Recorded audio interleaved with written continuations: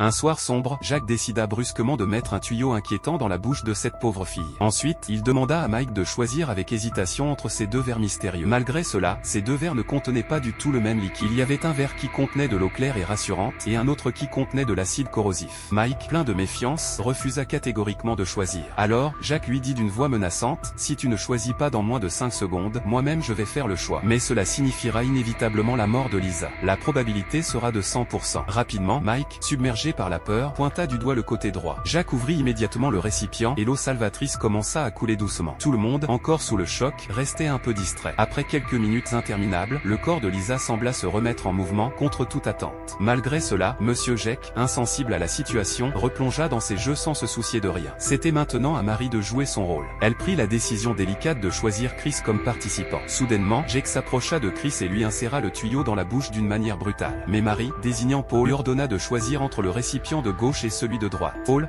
hésitant, opta pour le côté gauche. Instantanément, le liquide commença à couler, mais cette fois-ci, c'était l'acide mortel qui s'échappait du récipient. Après avoir ingéré une petite quantité de cet acide, Chris commença à vomir du sang, signe d'une fin tragique. Maintenant, Chris était mort, victime de cette terrible machination.